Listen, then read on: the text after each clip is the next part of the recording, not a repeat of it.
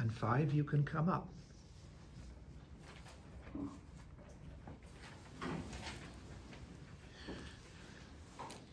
Where are you, 5? Okay, back there.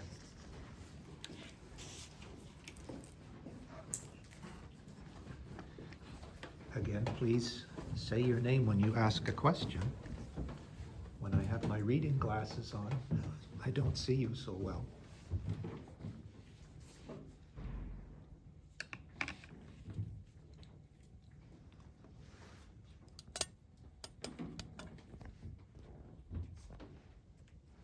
Hello everyone, we are Devin, Jinanya, and Myungyoda. And today we would like to explore the profound insight into human nature presented in Terry Pratchett's Guard.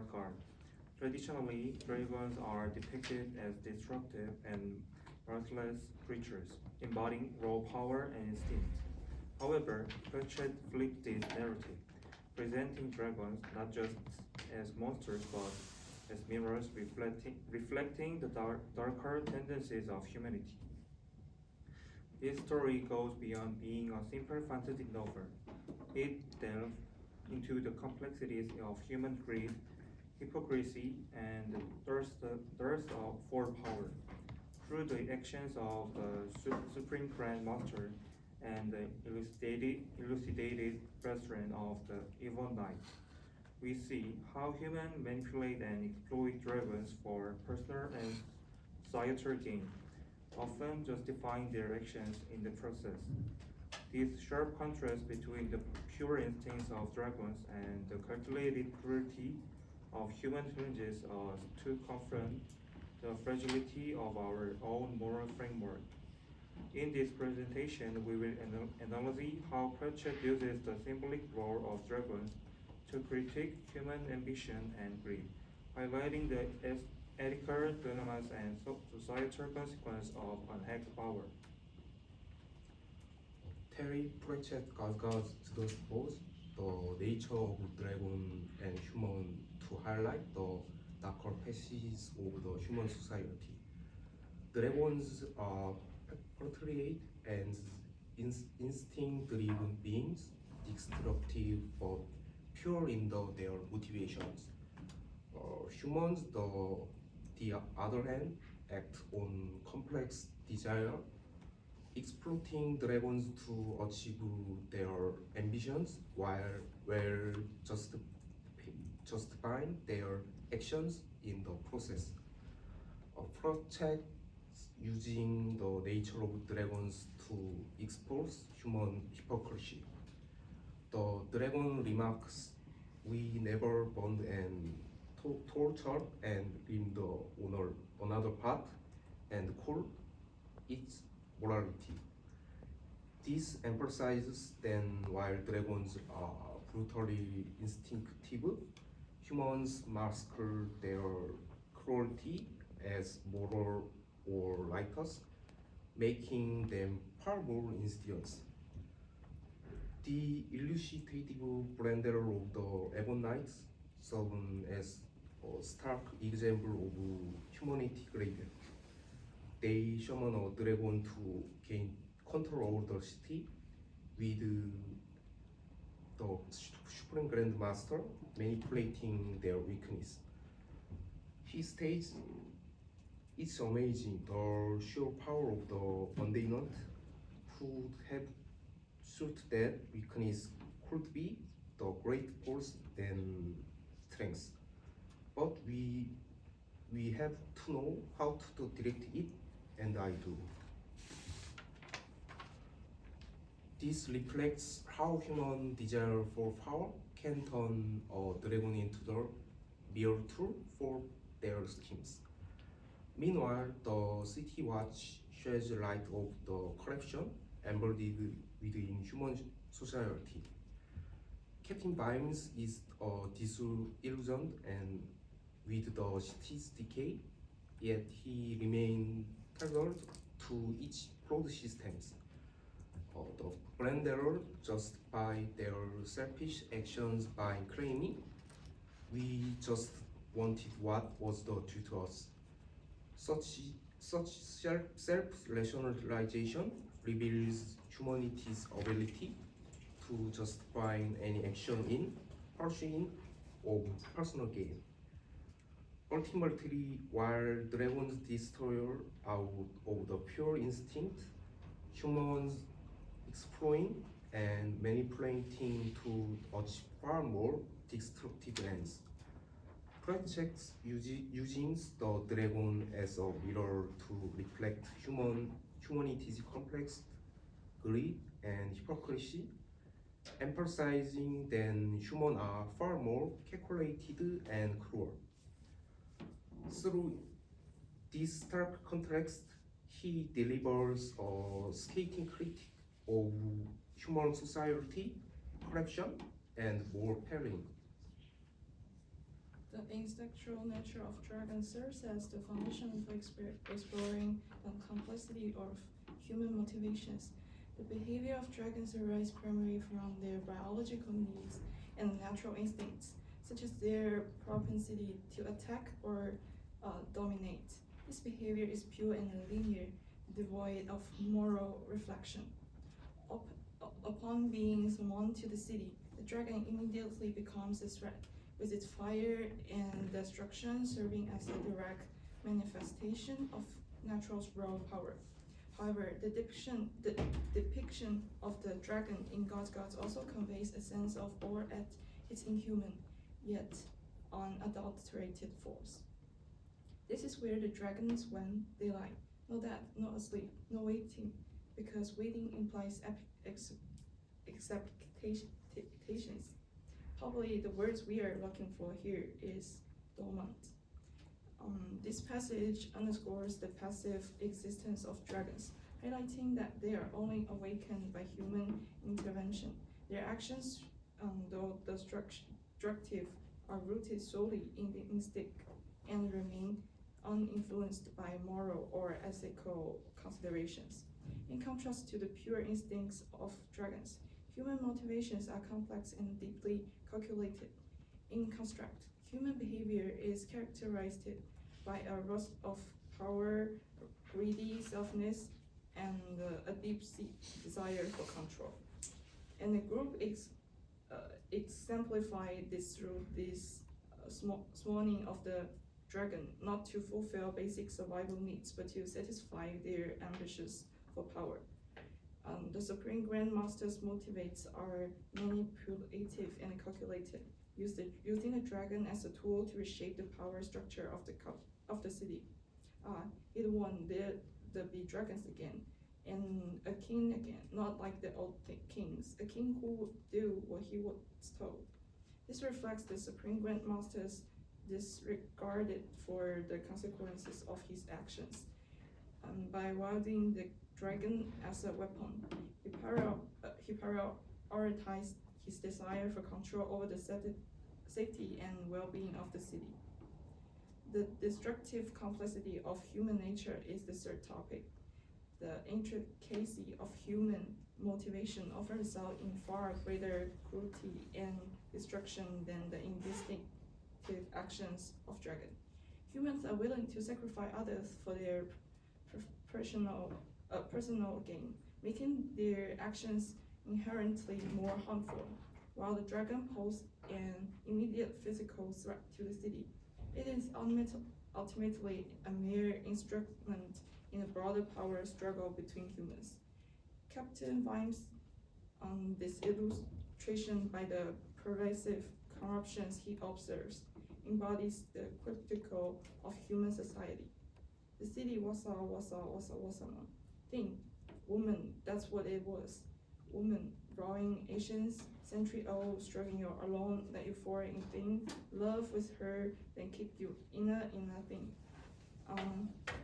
This as rough, moralific portrayal of the city reflects the complexity of human society and the inherent ruthlessness of human behavior. It vividly illustrates how the city, much like its inhabitants, is both captivating and unforgiving.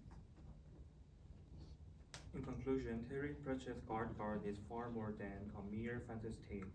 Dragons act on instinct, driven by their basic needs, while humans justify their ambitions and greed through calculated actions. By juxtaposing the simplicity of dragons with the complexity of human behavior, Pratchett provides a searing critique of human corruption and hypocrisy. The corruption in Ankh-Morpork and the manipulated actions of the elucidated brethren reveal the extent to which humans are willing to compromise morality for personal gain. This stark contrast compels us to reflect on the dragons of power, ambition, and the ethical dilemmas they pose. Ultimately, Guard is not just an entertaining story, but a thought-provoking commentary on human society, urging us to reflect critically on the consequence of our desires and choices. Thank you for listening to our presentation.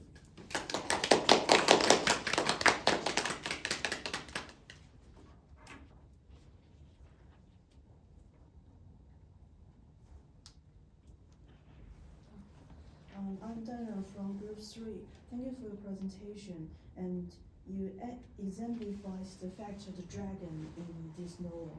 And I want to know, do you think there have essential difference between humans and the dragon?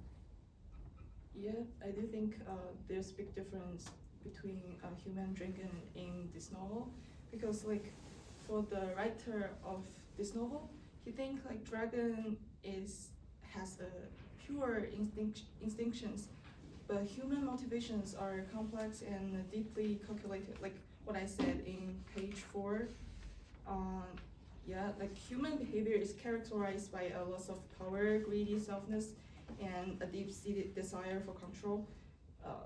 Like the group, they're not just fulfill the basic survival needs, but to satisfy their ambitions for the power and also for the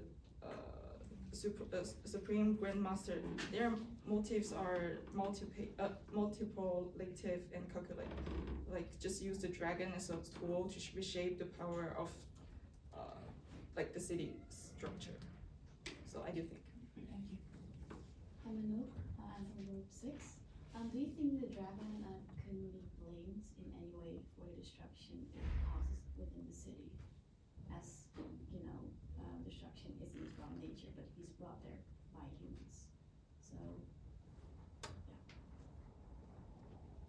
yeah. Is the destruction that he causes like his fault? In my humble opinion, I don't think we should blame the dragon, as I think I still hold the opinion that the dragon has the instinct, pure motivation of everything, and it's because it driven by the human. So the human put the thought towards the dragon, so that makes sense. In my opinion, like the human make it. Good question. I am Group 4, Hyunjin, and the human ambition and desire for political power and the destructiveness it brings are much more violent than the natural destructiveness of dragons. However, at the end of the novel, it is revealed that the qualification to be king and the right of power belongs to Carrot, who is immature and sometimes foolish. Compared to the struggle for power in the city, this point seems a bit ridiculous. What does the meaning between cruelty of the desire for power and Carrot's right about king?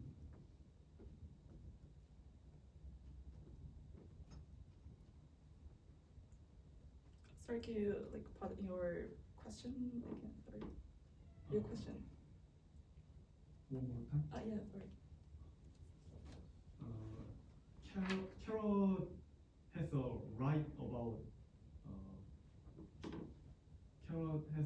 right about king, justification about king, but in the city there is a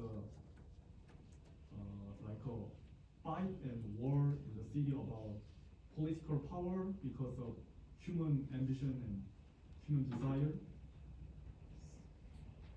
So what does the meaning and between the two things? Because the fight about the human ambition, and about political power is very cruel, but at the end of the novel, Carrot, the immature and bullish Carrot has the political power about king. So what does the meaning between two of them?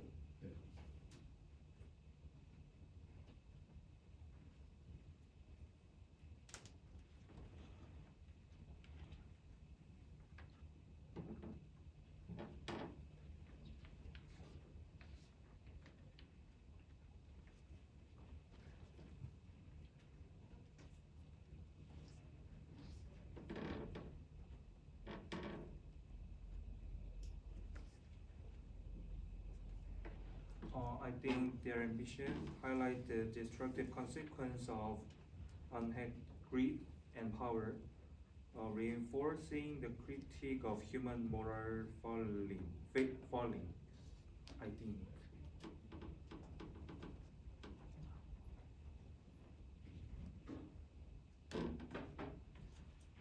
You said that people are very manipulative and calculated and have a very strong desire for power as compared to the dragon's very instinctual and survival way of living.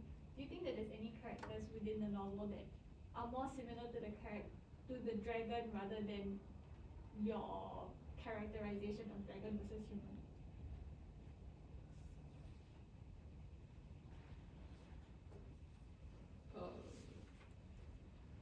So your question is like the dragon was innocent, but the human is a little bit like think about. Because you kind of drew like a strong binary between the way that the dragon is portrayed as instinctual and survival based, whereas humans are manipulative and have a desire for power. But do you think that there's a crossover between them in any of the characters that kind of make that boundary a little bit more ambiguous, I would say?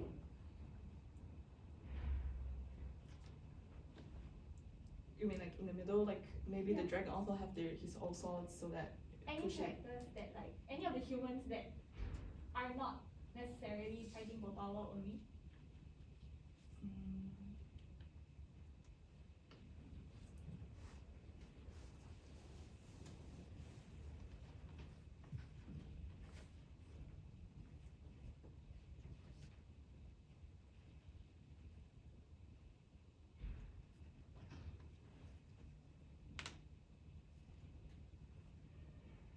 Maybe they have, but for me, I still hold the opinion like maybe dragon holds more. Maybe human just do more opinion towards the dragon, so that it will force something like bad happen. Not only because maybe the dragon have the point, but it's not the main point. I still will regard it's the force of the human, so that makes it happen. So it's my humble opinion. Last question? Also from group 6. I was wondering, to kind of roll on Chloe's question, because any of you said that humans are very manipulative, and for dragons it's very instinctive. How is that shown in the novel? What are some distinctive examples or ways that is shown in the novel?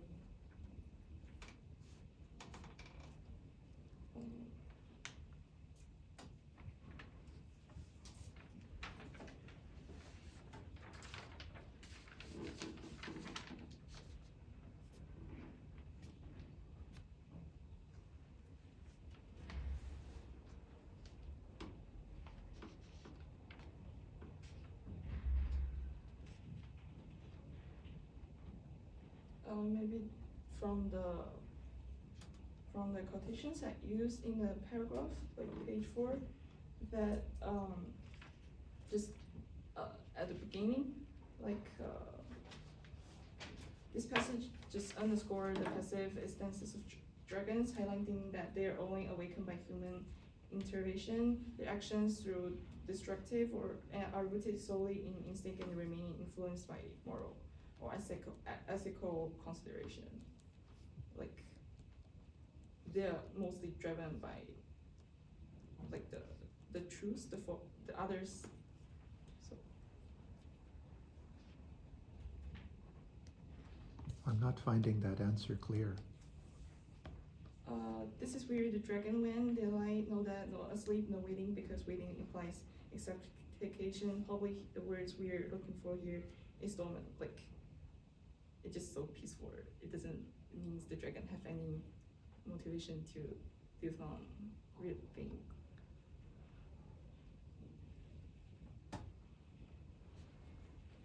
Okay, good.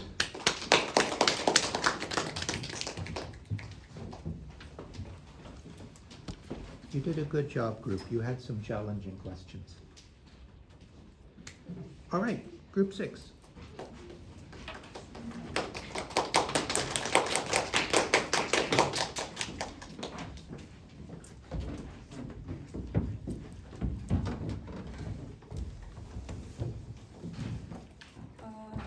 Hello everyone, we are also Anouk MA, and today we'll be presenting our essay about Harry Potter. The title of our essay is Harry Potter and Draco Malfoy, Opposites in Upbringing, Similar in Potential. Harry Potter and Draco Malfoy, two essential figures in J.K. Rowling's Harry Potter series, serve as compelling foils to one another. Asla, take a breath. Oh, sorry, I talk really fast. Slow down. Despite their starkly different upbringings, both characters embody their potential for greatness, shaped by their choices and the people around them. By examining their upbringings, their decisions, and the balance of nature versus nurture in their development, we gain a deeper understanding of the series' exploration of identity and morality. From the beginning, Harry and Draco's upbringing set them on contrasting paths. Harry grows up in the mundane and neglectful environment of the Dursleys' home, where he is treated more like a servant than a family member. His cupboard under the stairs and secondhand clothes symbolize his lack of love and value in their household. This upbringing fosters humility and a deep longing for connection, but it also leaves Harry somewhat unprepared for the magical world. He enters Hogwarts with no preconceived notions about blood status or wizarding politics, viewing the magical community with wonders and openness. Draco, in contrast, is born into privilege and wealth. Raised in the grandeur of Malfoy Manor, he is instilled with pure blood superiority from an early age. His parents, particularly his father Lucius, emphasize the importance of status, lineage, and power. As a result, Draco arrives at Hogwarts with a sense of entitlement and prejudice, quickly aligning himself with the Slytherin house and its ideals. His upbringing positions him to perpetrate the biases of his family, making him dismissive of those he seems inferior, such as Muggleborns. In the beginning of the novel, Harry is shopping for items to prepare him for his first year at Hogwarts together with Hagrid. He requests Harry to enter Madame Malfoy's robes alone, leaving the boy alone momentarily. This is when he meets Draco Malfoy for the first time. Malfoy, accompanied by his mother, approaches Harry and engages with him in a conversation. The first thing Harry hears from Malfoy is him bragging about the expensive items his parents are buying for him, implying that Malfoy has been raised with a silver spoon. Malfoy seems puzzled at the notion that Harry doesn't have his very own broom, although it sounds more like a continuation of his very own boasting. He also speaks to Harry about wizarding families, mentioning something of the other sort, and having been brought up our ways. This is a clear introduction to Malfoy's bias towards wizards that aren't pure-blooded. Here, his point immediately represents a kind of elitism and belief in the importance of blood purity, which is a major theme throughout the series. This elitism is hugely important for the Malfoys, a wealthy, pure-blooded family with a very strong legacy at Hogwarts. Malfoy is eager to emphasize this, even during his and Harry's first interaction. Malfoy's tone towards Harry is condescending, and he's more interested in himself than the person he's actually talking to, only asking for Harry's surname at the very end of their interaction. Harry's response to Malfoy's comments is a stark contrast. His speech is simple and passive, and he's unsure how to engage with Draco's assumptions and comments. This interaction immediately shows the contrast in their personalities and upbringing. Draco is confident, presumptuous, and judgmental, while Harry is more neutral, hesitant, and of course unaware, given his only very recent introduction to the wizarding world. As the story progresses, the differences between Harry and Draco values become even clearer. Harry's humility and loyalty continue to shape his actions, while Draco's entitlement and prejudice cause tension and push others away. Harry's loyalty stands out when he refuses to back down from helping his friends, even if it's put him in danger. For example, even Draco challenges him to a duel, Harry agrees to go because he doesn't want to let Ron face the situation alone. Harry also stands up for others, like when he defends Neville after Draco makes fun of him. These moments show Harry's strong sense of fairness and his willingness to protect those who need support. Draco, however, uses his privilege to belittle others. He mocks Ron's family for being poor and insults Hermione for being muggle-born, showing the prejudice he was taught by his family. Instead of making real friends, Draco surrounds himself with followers who don't challenge him but also don't truly care for him. This reliance on bullying and superiority isolates Draco from others. These differences reflect important themes in the book. Harry shows that people can choose to rise above difficult circumstances. Even though he was mistreated by the Dursley, he chose to be kind and loyal, which earns him real friendships. Draco, on the other hand, represents how privilege and prejudice can hold someone back from forming meaningful connections. His behavior reflects the lingering influence of Voldemort's ideas about pure-blood superiority, while Harry's action represents hope for change and unity in the wizarding world. By the end of the book, it is clear that Harry's choices and values bring him closer to others, while Draco's arrogance leaves him more isolated. This contrast highlights the importance of character and choices in shaping a person's path. In addition, the influence of mentors plays a pivotal role in shaping the characters of Harry and Draco. Harry gets the guidance from Dumbledore and the support from his friends, Hermione and Ron, as he experiences his first year at Hogwarts, while Draco is influenced by the beliefs instilled by his father and the environment of Slytherin House. These influences not only steer their moral decisions, but also highlight their different experiences at Hogwarts that ultimately define their characters. From the beginning, Harry's introduction to the wizarding world is characterized by Dumbledore's kind guidance. Dumbledore, as the headmaster, embodies a sense of wisdom and compassion, encouraging Harry to embrace his identity as a wizard. Dumbledore's warm personality and insightful words set the stage for Harry's journey, emphasizing the significance of choices and suggesting that one's character is defined not by their background but by the decisions they make. Thus, it resonates with Harry, who struggles with his identity as the boy who lived, and Dumbledore's influence fosters in Harry a sense of purpose and responsibility. In contrast, Draco's mentor, Lucius Malfoy, his father, embodies a world filled with entitlism and prejudice, whose influence is evidenced in Draco's behavior and attitude, particularly his contempt for those he considers inferior, such as Muggleborns. It is evident during Draco's interaction with Harry and his friends, where he often tries to insult and bully to assert his superiority, such as, "You'll soon find out some wizarding families are better than others, Potter." Lucius' teaching highlight the importance of blood purity and social status that instills a sense of entitlement in Draco, shaping his perspective. Rather than fostering genuine friendships, Draco ends up learning to navigate his world through power dynamics, resulting in him seeing others as mere pawns in his pursuit of control.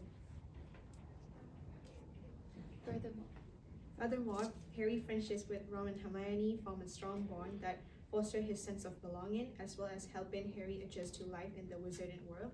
Their encounter with the three-headed dog Fluffy strengthens their values of bravery and loyalty, allowing Harry to discover the significance of friendship.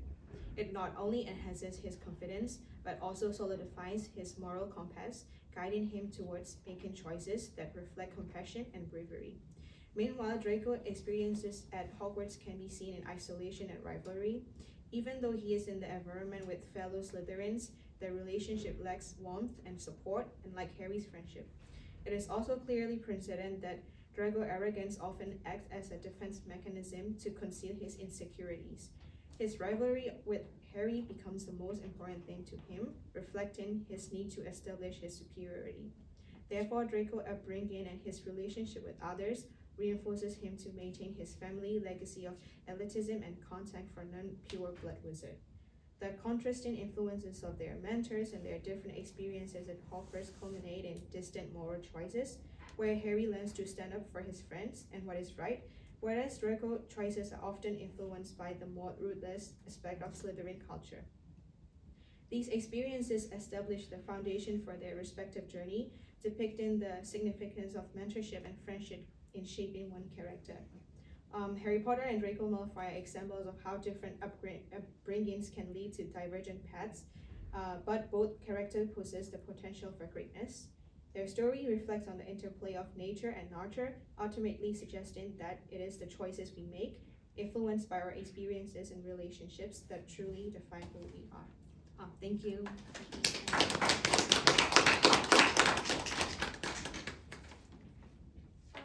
Chloe from Group 2. So, what about Draco from the book that gives the impression that he has the potential for greatness given his portrayal by Rowling as a minor antagonist in Harry's life? I think it isn't being said explicitly, like it's being said with Harry, because with Harry, everyone is fawning over him, everyone is obsessing over him. For Draco, I feel like it's the subtle cues, the minor cues, like him coming from a pure blood family, him coming from a lineage of powerful wizards, like his father, who has a high status in the wizarding community. It is just expected that he has the potential for greatness. Also, if you look at his relationship with Professor Snape, we see that Snape is very fond of Draco in particular. So I think these subtle cues in the book is what leads us to have the impression that Draco is also set up for great successes and great potential. Hi,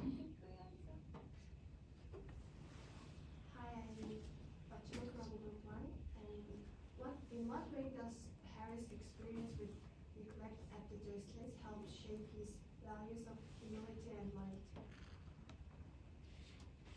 I mean, ever since he basically grew up with the Dursleys beneath the cupboard, all he's been shown was people looking down upon him, him being shamed for whatever he does. So that causes him to basically be built at Hogwarts from the ground up because he didn't get anywhere beforehand. And I think, Yeah, I think because he grew up in a non-wizarding environment, being looked down upon, because like the humility, him being humble is just something in his nature because he never experienced being held on a pedestal. So I think that upbringing of him being kind of neglected in the Dursley household makes him more humble because he has never experienced the love or the different treatment until he goes to Hogwarts, of course. I'm leaving from Group 3. As you mentioned in the topic, the Muff and Harry has a similar in potential. So as far as I know, at first the Draco wants to make friends with Harry, and also I think he is a boy who desires for friendship. So if he has the same friends like Hermione and Ron, also gain the guidance from the headmaster,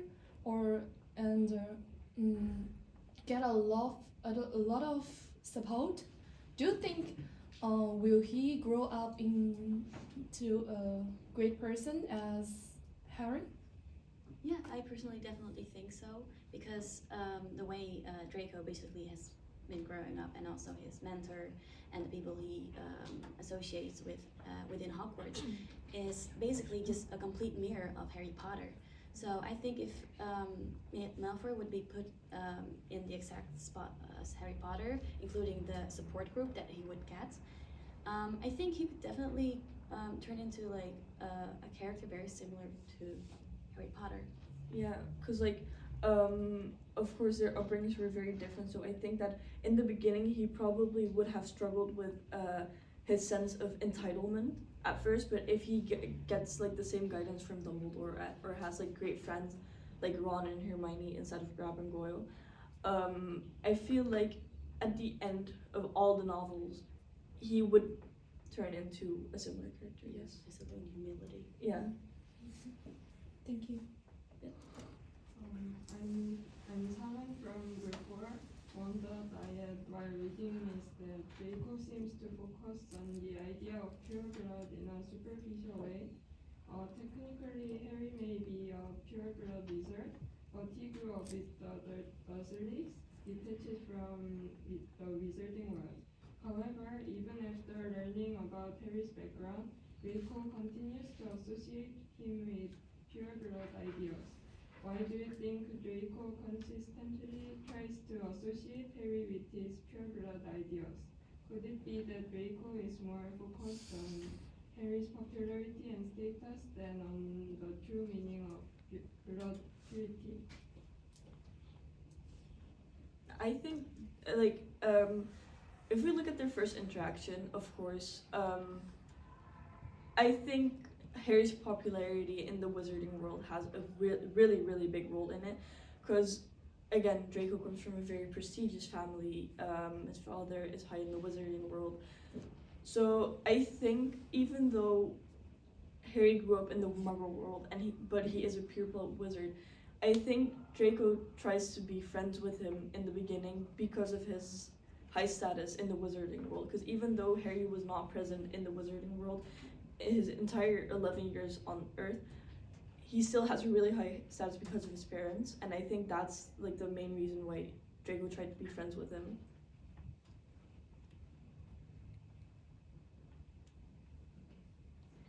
Okay, I'm Taoqi, Group 3.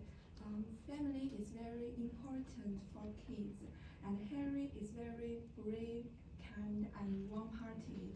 But Harry had an unhappy childhood. His aunt treated him very badly. And why did the author design it in this way?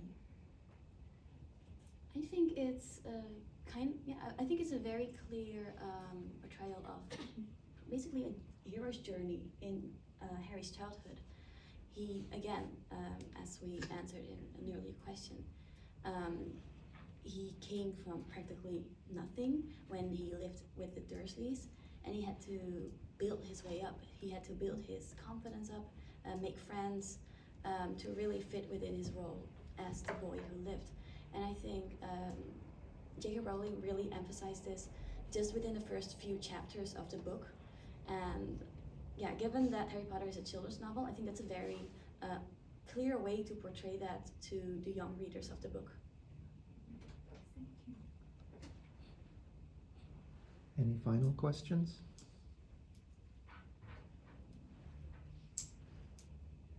Okay, good.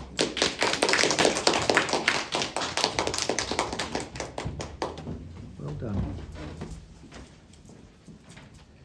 Our last group, number 7.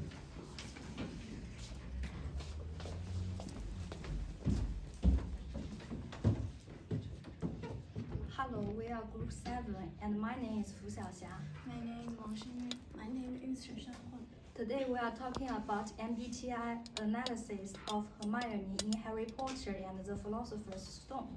The MBTI has become a valuable tool for understanding personality traits, not only in real individuals but also in fictional characters.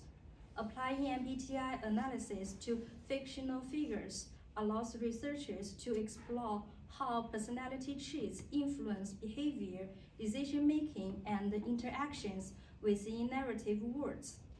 This study focuses on Hermione from Harry Potter and the Philosopher's Stone, a character renowned for her intelligence, and bravery. By analyze her MBTI type, this research aims to uncover how her personality traits shape her role in the story and contribute to the plot development.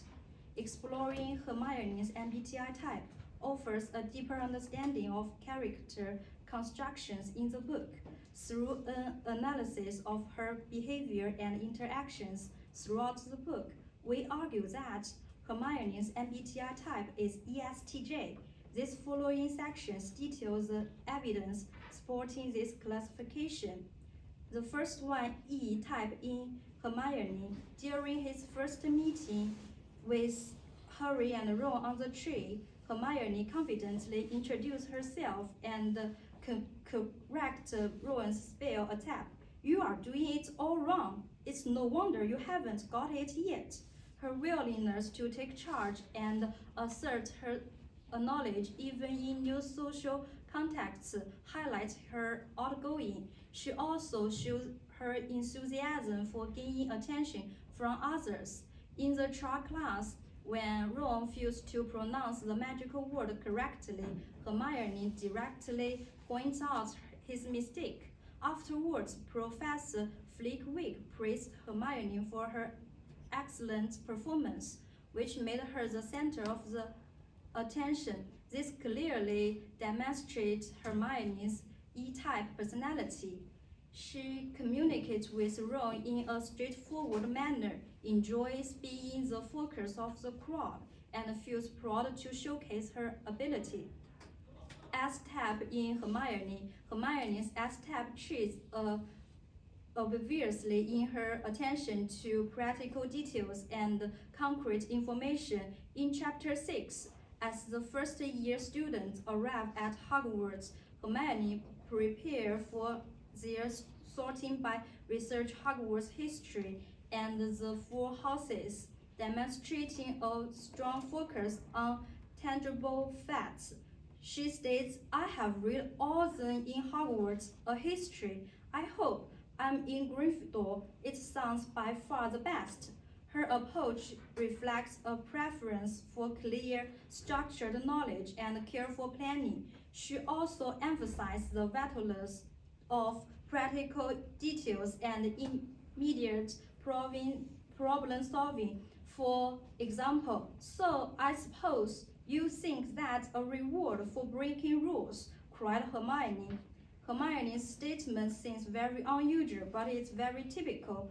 The first thing she says is suppose. What suppose stands for is what she deduces. Why she deduces this is because she noticed that Harry and Ron are very happy to get new brooms from Professor McGonagall and are not at all ashamed of having broken the school rules before. She sensed Harry and Ron emotions in a short period of time, which is very S-type human being. The thinking in Hermione Granger, we just want to know who Nicola film is, that's all, said Hermione in chapter 12. A very important piece of Hermione's thinking logic is on display here, preceded by Hagrid's denial that the three-headed dog wasn't guarding anything and didn't want them to know too much. But Hermione chooses to answer in a roundabout way by not pursuing the question of what is so important, but instead turning to the investigation of who did this important thing, and so switching the direction of their investigation. Similarly, when Neville is being made fun of by Malfoy's spell, it is only Hermione who helps him to lift the spell, asking Neville what's going on, and ruthlessly tell him to report the incident to Professor McGonagall. The dog must be guarding a famous philosophy store. I bet he asked Dumbledore to keep it safe for him, because they are friends and he knew someone was after it. That's why he wanted the store moved out of Gringotts.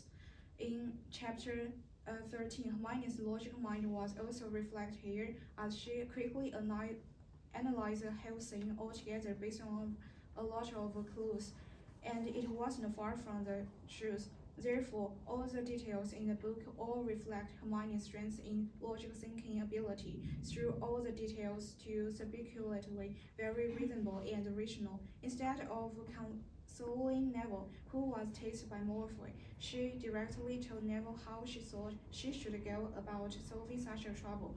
Hermione is also very good at analyzing and thinking about the nature of things through all sorts of clues, and her analyses are usually highly compatible with the truth. Her thinking throughout the text is problem-oriented and then solved one by one objectively and calmly, which is very much in keeping with the traits of tea people. And the judging in Hermione Granger. Hermione's judging tendencies are clear in her organized and structured approach to schoolwork and daily life. In chapter 5, she meticulously prepares for her first day at Hogwarts, packing her school supplies well in advance and memorize her textbooks. I have learned all our set books off by heart. Of course, I just hope it will be enough. Her preference for planning and preparation reflects a highly disciplined and detail-oriented personality. There is a comparison in Chapter 12. Hermione took out a list of subjects and titles she had decided to search while Ron strolled off down a row of books and started pulling them off the shelves at random. This is a very simple portrait contrasting Hermione's method of searching for books with Ron's method of randomly flicking through the pages.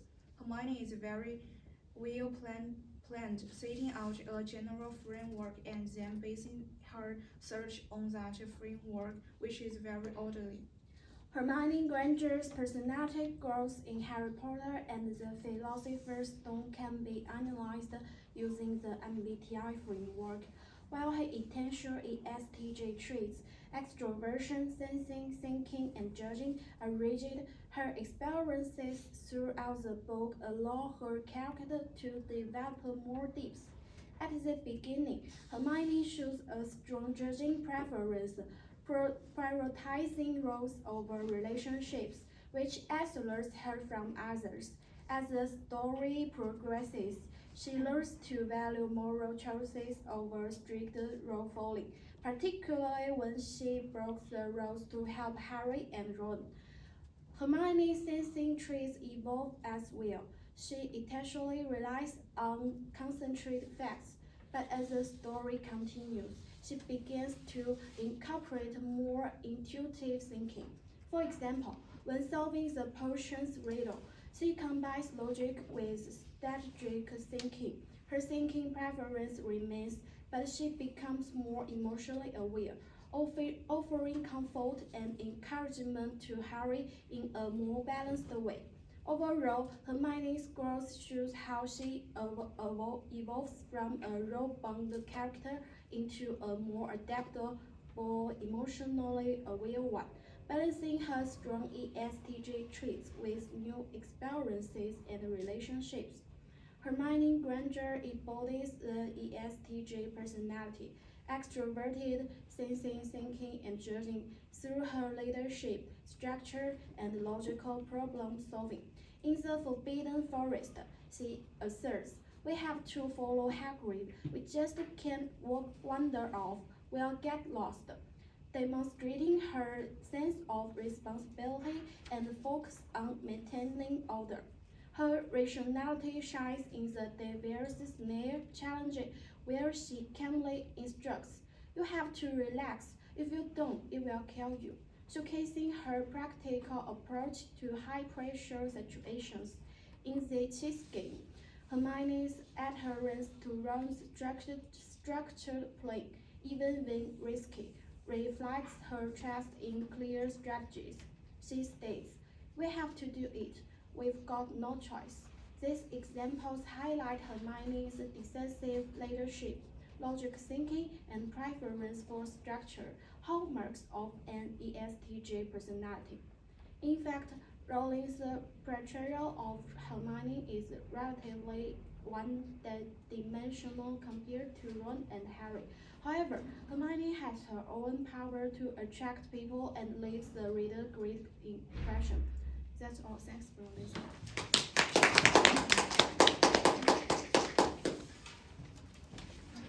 I'm Sue from Group 2. I think it's an interesting topic, so how did you guys get the idea to write this topic? Actually, our group at beginning, we want to analyze Hermione's personality traits, but this topic is too ordinary and it's quite hard to get your attention. So we link the quite hot phenomenon in Korea. They like MBTI, so we combine this in together. I'm also from Group 6. Thank you for your essay. It's a really interesting topic.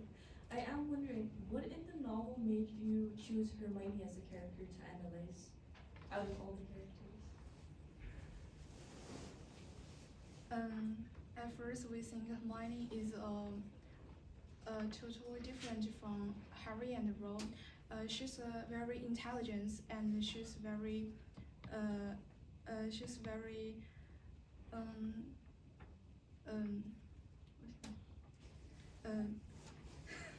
she's quite different from Harry and Ron, who was very brave, and Hermione's intelligence will let them to do some things with some reason and some more rational to do some things and make the things to deal with more easily. I want to add one point. In the three group, Hermione is only the girl, and Rowling describe Hermione is quite simple. We can know it from the way of speaking.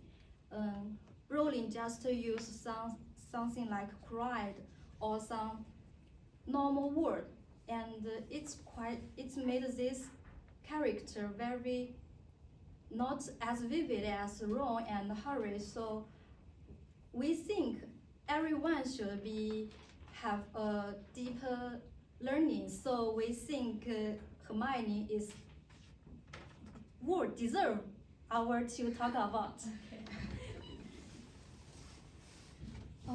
Yeah, I'm leading from Group 3. So first, thank you for reading this very interesting paper.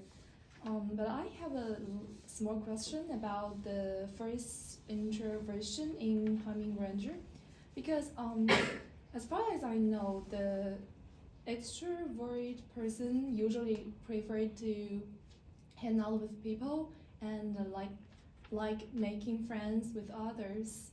But I do think in this book, in this novel, Humming behaves more confrontation more than the friendly. As we can see that, except Ron and Harry, he almost has no other friends. So how do you prove that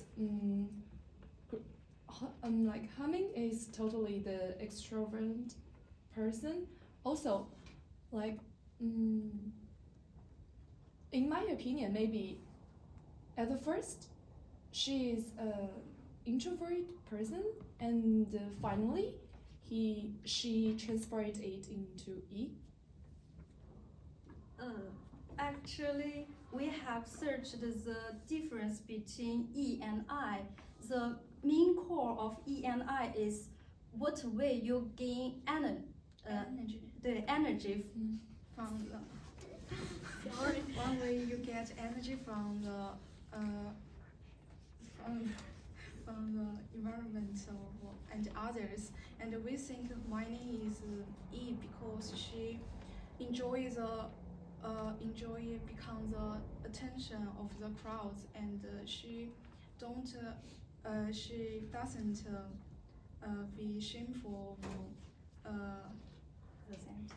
The center. Yeah.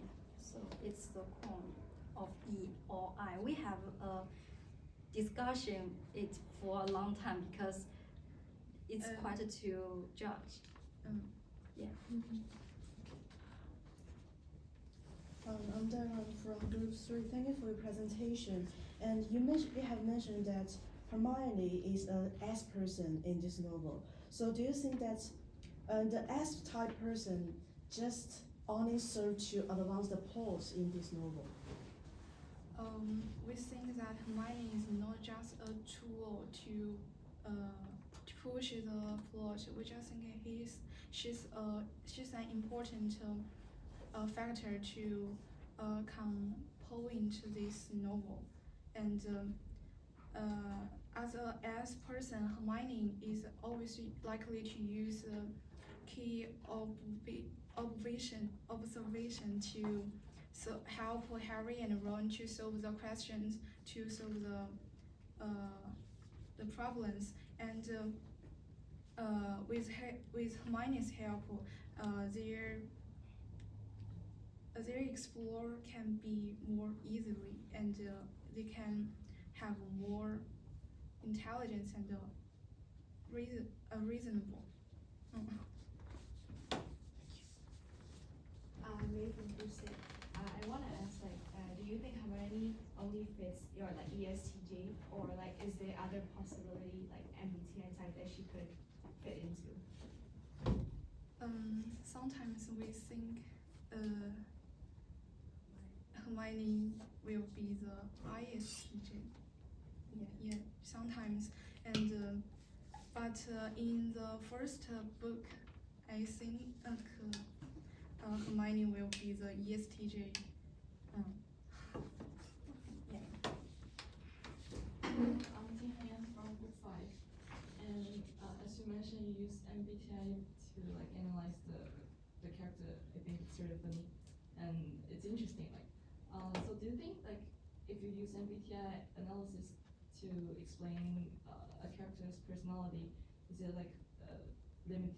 lack of flexibility, or there's limitations to identify the person itself? Maybe it will simplify your understanding for the character. Actually, we have mentioned that we use MBTI as a tool to research Hermione's personality traits for deeply. So maybe there is a little problem to use MBTI to analyze people's personality, because it will lead to the limitation. But the core of our group, I think we have finished, so it's not a quite big problem, I think.